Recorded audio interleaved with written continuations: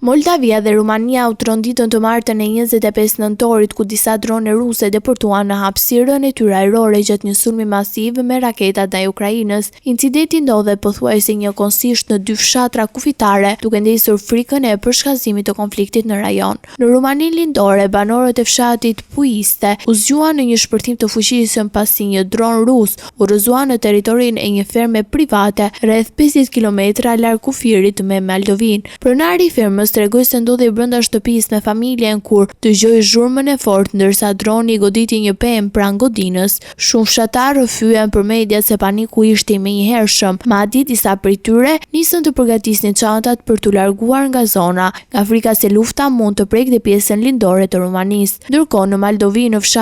Ndërkohë në Moldovi, vetëm 15 kilometra nga kufiri me Ukrainën, një dron tjetër rus u rrëzua mbi çatinin e një hangari.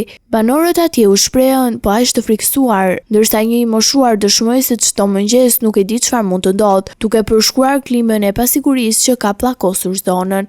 Autoritetet moldave konfirmuan se 6 drone ruse deportuan në hapësirën ajrore të vendit brenda pak orësh, ndërsa droni që ra në territorin rumun mësohet se ka fluturuar për disa orë mbi zonat lindore të vendit. Gjatë trajektores së tij, banorët e disa qarqeve rumune morën paralajmërime emergjente në telefonat celular. Ngjarjet e fundit kanë rritur ndjeshëm tensionet në rajon, teksa Moldavia mbetet pothuajse pa mbrojtur ushtarakisht, ndërsa Rumania, vendatari i NATO-s, është kritikuar për minimizimin e vazhdueshëm të rrezikut nga incidentet e tilla.